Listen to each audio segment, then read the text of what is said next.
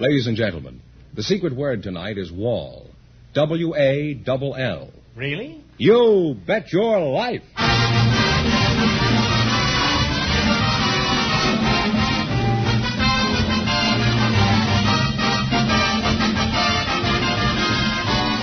The more than 3,000 DeSoto Plymouth dealers of America present Groucho Marx in You'll Bet Your Life, the comedy quiz series produced and transcribed from Hollywood. And here he is, the one, the only... Groucho! That's me, Groucho Marx.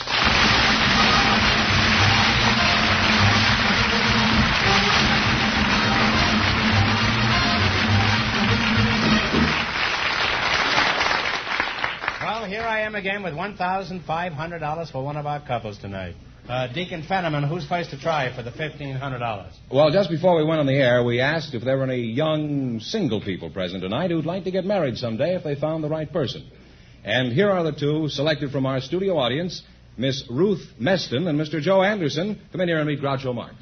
Well, welcome, kids, for the DeSoto Plymouth dealers. Say the secret word and divide $100. It's a common word, something you'll find around the house. Ruth Meston, huh? That's right. Mm-hmm. How old are you, Ruth? I'm 21. 21, huh? Mm-hmm. You don't look it. You look like about 20 and a half, huh? And Joe Anderson, is that right? That's right. How old are you, Joe? 29. 29? My decrepit age. Where are you from, Joe? I'm from Panther Creek, Idaho, just north of Sun Valley. You're not married, Joe? No. Oh, well, certainly I can't ask you how you met your wife, can I? How did you meet your wife, Joe? I haven't. What kind of work do you do, Joe? Well, I'm a guide, fishing and hunting guide. Oh, what kind of work do you do, Ruth? Oh, I work in Woolworth's 5 and 10 cent store. You're not married either, No, I'm Ruth? not. No. Suppose if you found a nice, attractive fellow, you'd be interested in him? I surely would. Well, look no further. Get a load of this profile. Well, maybe I can wait a little while longer.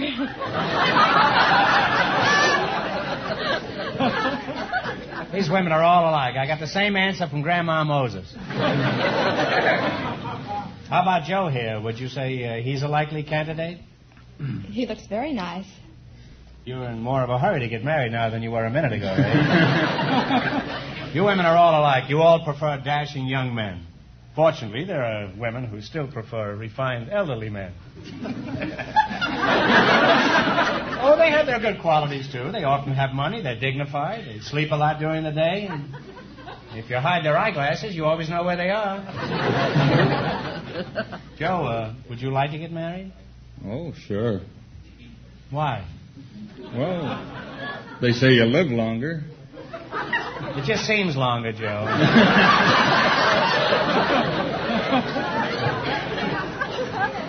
And you say you're a guide? What sort of work do you do, specifically? Well, I take parties, guests, and take them out on hunting trips and fishing trips. Where do you do your guiding, Joe? Up in the primitive area of Idaho. Primitive area? Yes.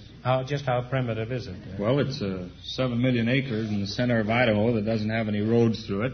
It's full of great fishing and hunting. Joe, if there aren't any roads, how do you get around up there? Well, I practically live on a horse. I see. Ruth, how would you like to get married and live on a horse with Joe? A nice 3-room horse with that. I'll get these two together even if they loathe each other. Joe, as a guide in the primitive area, what's the biggest thrill you ever had? Well, I think the first time I went down through the impassable canyon of the River of No Return in a rubber boat. He sounds like Cukil, Fran, and Ollie. Joe, I'm afraid you've spent too much time alone in the forest. What are you... Just what are you talking about? Well, the Middle Fork of the Salmon River is in this... Now, what kind of... Is that smoked salmon, or is that... fresh salmon. Oh. The salmon swim upstream? That's right. Well, how do they swim upstream in those little cans? I never did. Well, tell me about this River of No Return. Eh? Well, we take boat trips down through it, and the reason it's called the River of No Return is because no one has ever made a return trip up the river. Well, then there must be millions of people up there, huh? You take people up there, and that's the last you ever see it? Well, we take them down the river. And they don't Take go them down back the up. river, huh? They don't go back up. Now, Ruth, do you get a vacation on your job? Yes, once a year. I see. And, Joe, what attractions does the primitive area have for honeymooners? Oh, great hunting and fishing. Well, that sounds wonderful for a couple of newly married rainbow trout. Well, it was a pleasure to have you two on the program. And, Joe, if I ever want to go hunting, I'll drop into the 5 and 10 and hunt for Ruth here. Now, in just 1 minute, you're going to play You Bet Your Life for a chance at the $1,500 question. But right now, I want you to pay attention to a matter of great importance.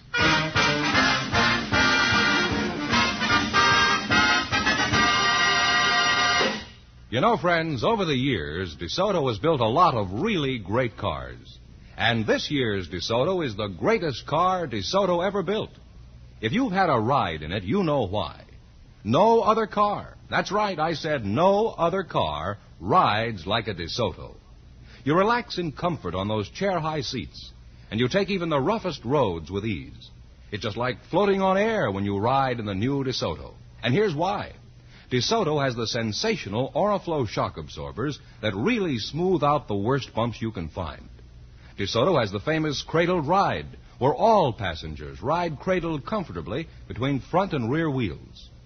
DeSoto has a whole host of wonderful new features that together give you the most wonderful ride it's ever been your pleasure to enjoy. That's why so many, many folks are saying, no other car rides like a DeSoto. Why not stop in and see it at your DeSoto Plymouth dealers? And remember, all dealers who sell DeSoto also sell Plymouth, the value jewel of the low-priced field.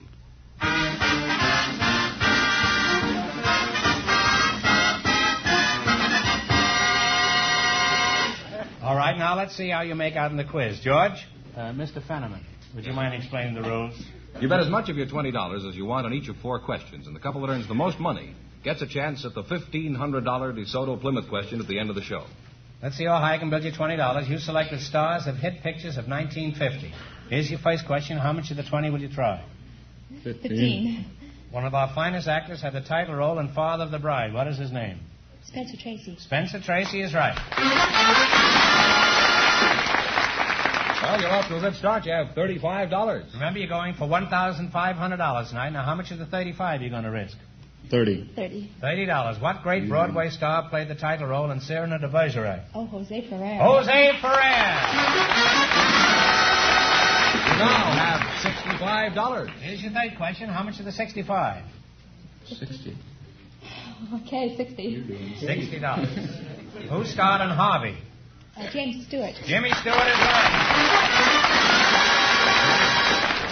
Really on your way, you have $125. Here's your last chance to beat the other couples. How much of the 125? Okay, Bet 'em all. 125. You going to bet it all? Sure. Joe, you may have to go back to Idaho on a salmon. What English actress starred opposite Stuart Granger in King Solomon's Mines? Deborah Kerr. Deborah Carr.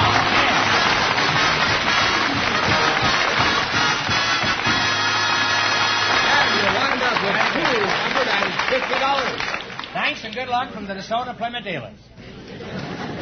Groucho, because this is public school week, we invited some principals to the program tonight.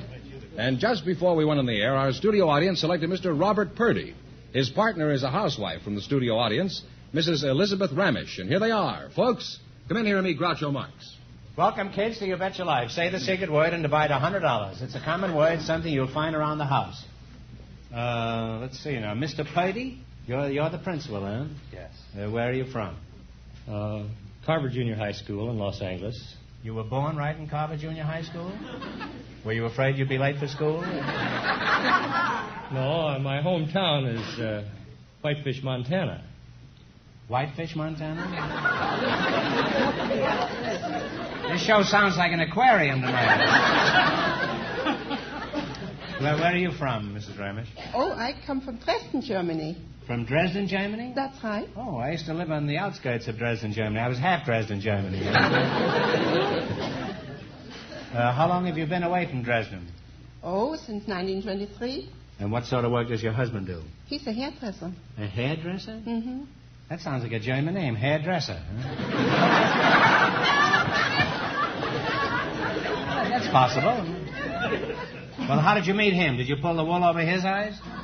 No, I didn't pull the wool over his eyes. I tell you, I was in this country 5 days and took a job as a position as a nurse to 2 children. We spent our vacation in Lackawaxen, Delaware River. Where?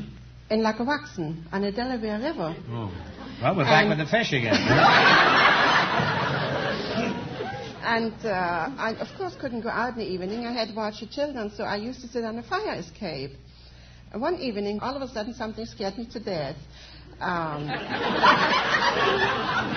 were you waiting for this? No, I wasn't waiting for this. I was just sitting there minding my own business, watching the stars and the moon. Something flew over the fence, and it looked very much like a rag. A rag flew over the fence? Yeah.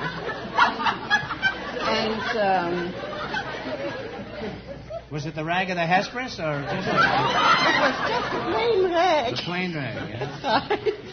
Well, what happened? Well, the rag had feet, and a young man stood before me, and he said, "I beg your pardon." Of course, I didn't know what he was talking about, but anyway, he stood there kind of embarrassed, and he was holding the back of his pants. He had split them by being thrown over the fence. Oh, I see. You see, a He was playing donkey... split weeks, huh? No, a donkey kicked him over the fence. So, you and the donkey got married? Is that... Well, let's talk about your school, Prince. Let's see. What was the name of the school you're principal of? Oh, I'd better be careful with my grammar. Did I split my subjunctive? I do think you ended your sentence with a preposition, though. I did. How did that preposition ever sneak in? How would you do it, Principal? Well, of which school are you principal? You're confused. I'm not principal of any school. You are. At least that's the story you're spreading around. And, Prince, I think you are spreading around, too. Now, let's get back to my question. Of which school are you the principal of? Don't they nullify each other? Carver Junior High School. Now, tell me, Mr. Purdy, by the way, Mr. sounds so formal. Would you mind being called Bob? No, that's all right. Are you sure you don't mind being called Bob? Oh, no, I kind of like it. Attention, all pupils of Carver High. Next time you get sent down to see the principal, remember, he wants you to call him Bob. Now, Mr. Purdy, which gives you the most trouble, students, teachers, or parents? Answering that question would give me more trouble than anything I can think of.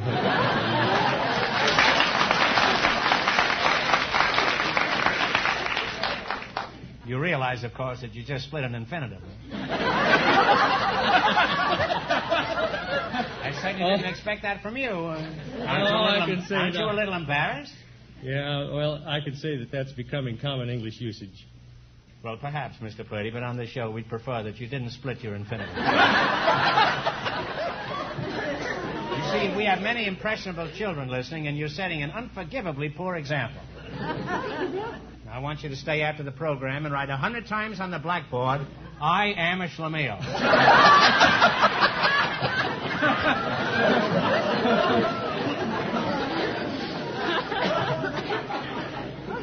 Well, it's been enlightening having a principal here. It's the first time we ever had any principals on this program. And now you're going to play You Bet Your Life. You're on your $20 and more than our other couples, and you'll get a crack at the $1,500 question.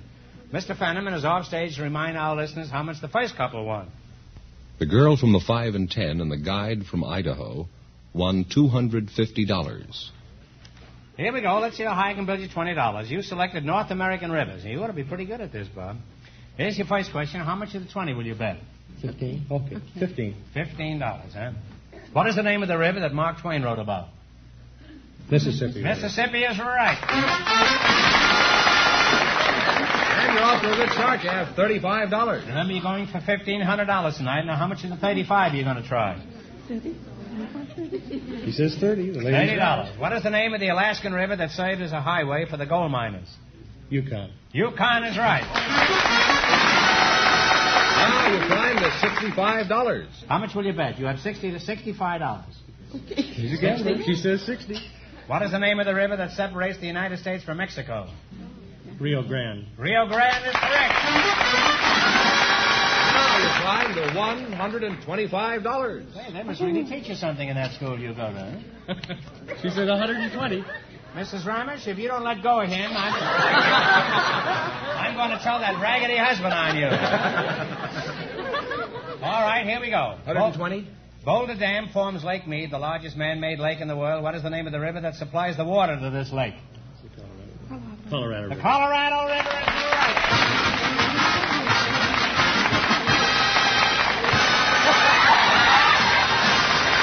And you shall wind up with $245. Thanks from the Soda Plymouth dealer.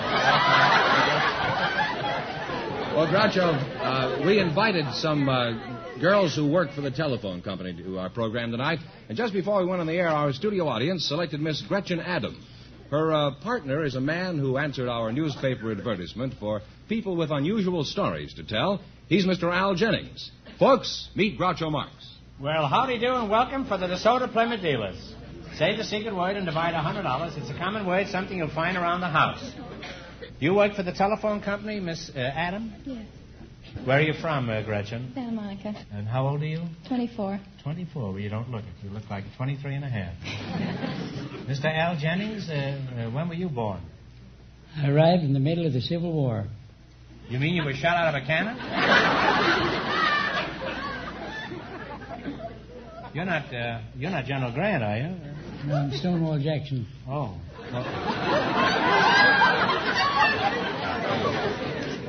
How old are you, Mr. Jennings? 87 years.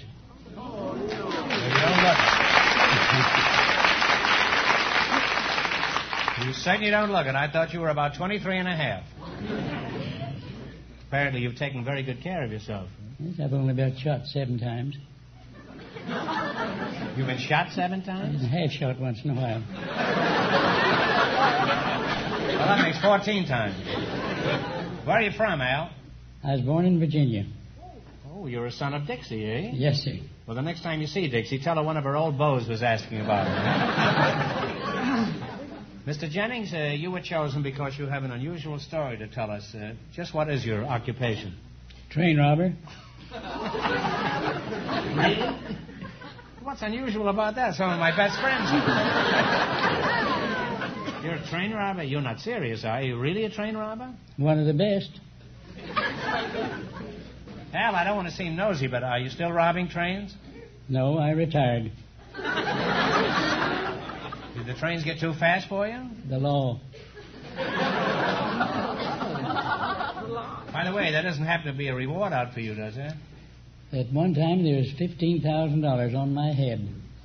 That's certainly a curious place to keep $15,000. Somebody might have stolen it. There are a lot of crooks around, you know, Al. Come to think of it, Al, your face does look familiar. Haven't I seen it hanging in the post office? Not for 47 years. Well, that shows you how often I go to the post office. Well, let's change the conversation to a comparatively honest subject like the phone company.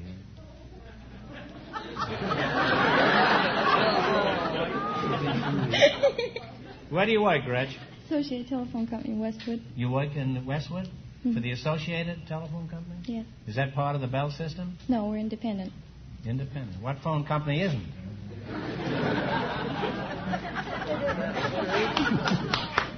Have you tried to get your bill chopped down lately? What do you do for this outfit? Oh, we take new service and complaints and change of service. I heard the phone company was broke. Somebody told me it was in the hands of the receiver. Is that right? Al, let's hear your story. Why did you start robbing trains? Well, it's easier than robbing banks. Ask a crooked question, you get a crooked answer.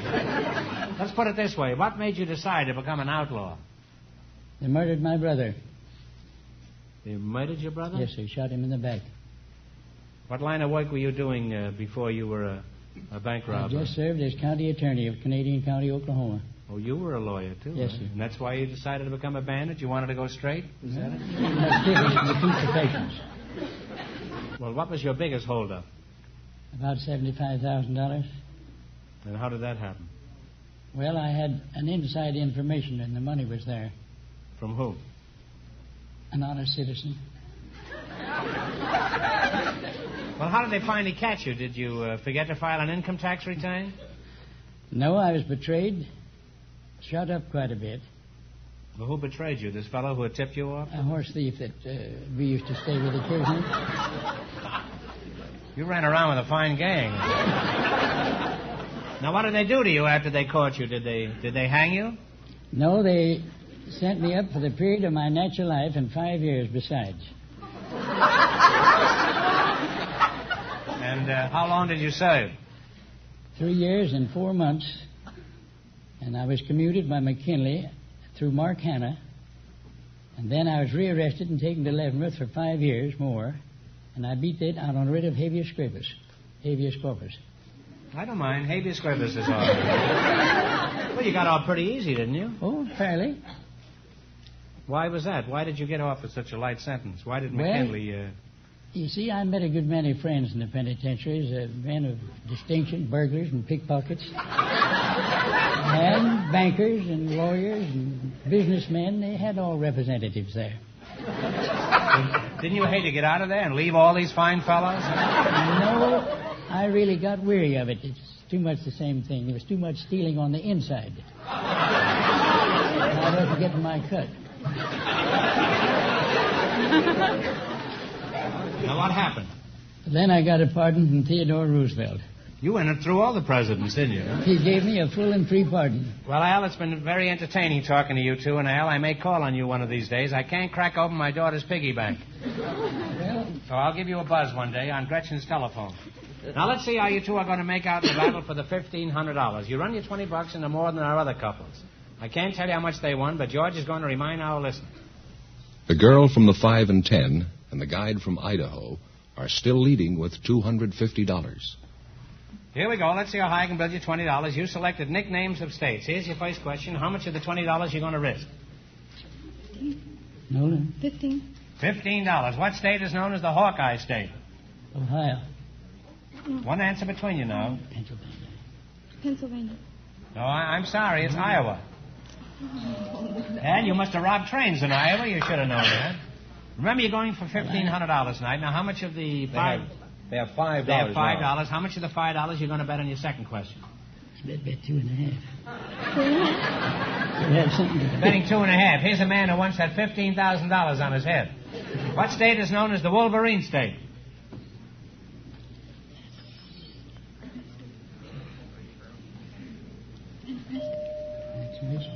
Michigan is right, Al. You got in just under the wire. You now have $7.50. Here's your third question. How much of the $7.50 you're going to try? $5. $5. What state is known as the Sooner State? Oklahoma. Oklahoma. Well, you're on the way again. You have $12.50. You're climbing, Al. Here's your last chance to beat the other couples. How much of the 12.5 you're going to go for? All of it? All of it. Okay. What state is known as the Cornhusker State? Talk it over. It's over. Well, I'm sorry. It's Nebraska.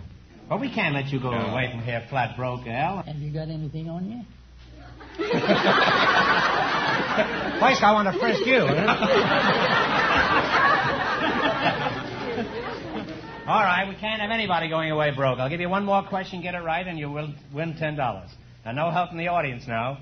You ready? From what state do we get Washington apples? Washington is right.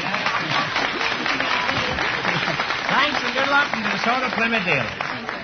And, Groucho, that means that the girl from the 5 and 10 and the hunting guide with $250 get the chance at the DeSoto Plymouth $1,500 question.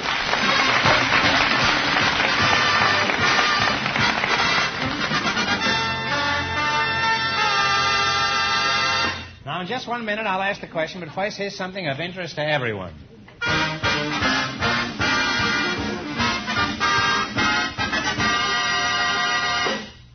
It's nice to look ahead to a summer of pleasant driving. But let's look back a moment. Back to winter and cold weather. Those wintry days of freezing cold and rough driving conditions were a lot harder on your car than you may realize. So now that warmer weather is here again, it's important that you get the expert attention your car needs to put it in shape for summer driving. The place to take it is at DeSoto Plymouth Dealers. Here, factory-trained mechanics will give your car a thorough inspection. They'll check the entire electrical system and the chassis, including steering and brakes, and do whatever is necessary to get your car ready for summer driving. They'll tune the engine. They'll see to it that your radiator is drained and flushed, and the right oil is put in the engine. Yes, these DeSoto Plymouth dealer mechanics will do all the things that should be done to put your car in shape for thousands of miles of trouble-free, economical operation. Well, not only that, at a DeSoto Plymouth dealers, the service is prompt. The price is fair. So take your car for a spring tune-up tomorrow. Stop in where you see the familiar sign of better service, the sign of a DeSoto Plymouth dealer.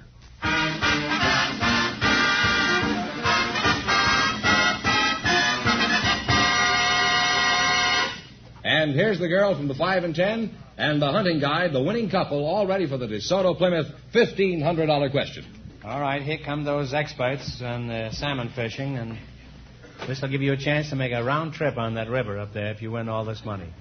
For $1,500, I'll give you 15 seconds to decide on a single answer between you. Think carefully, and please no help from the audience. Here it is. On August 7, 1782, General George Washington authorized what is now our oldest military decoration. It was originally called the Badge of Military Merit. What is this military medal?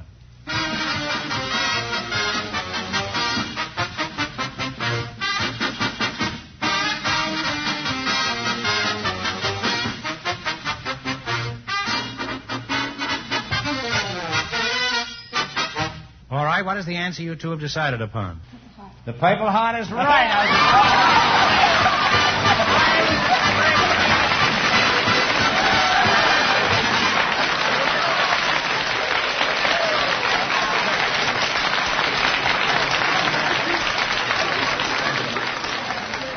That's right, you win $1,500. You had the right answer, so you win $1,500. And what else did they win, George? $250 in the quiz. That's $1,750. So what are you going to do with all that money? Don't tell me you're not going to get married. I think I'll go back to Idaho and tend to my own business, and maybe she'd like to come along. Well, you really cleaned up tonight. Congratulations from the more than 3,000 DeSoto Plymouth dealers from coast to coast. You bet your life.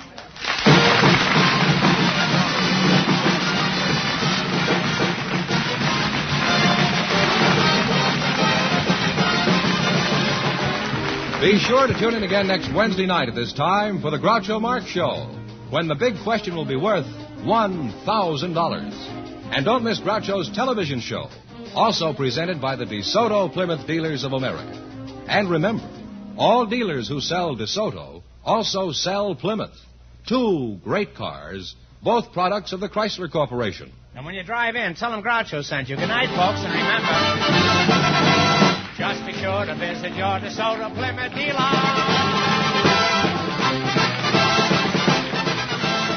Folks, strike back at cancer. Give generously to the American Cancer Society's 1951 crusade. You Bet Your Life, transcribed from Hollywood, is produced by John Goodell, directed by Robert Dwan and Bernie Smith, music by Jerry Fielding. This is George Fenneman signing off for the more than 3,000 DeSoto Plymouth dealers from coast to coast.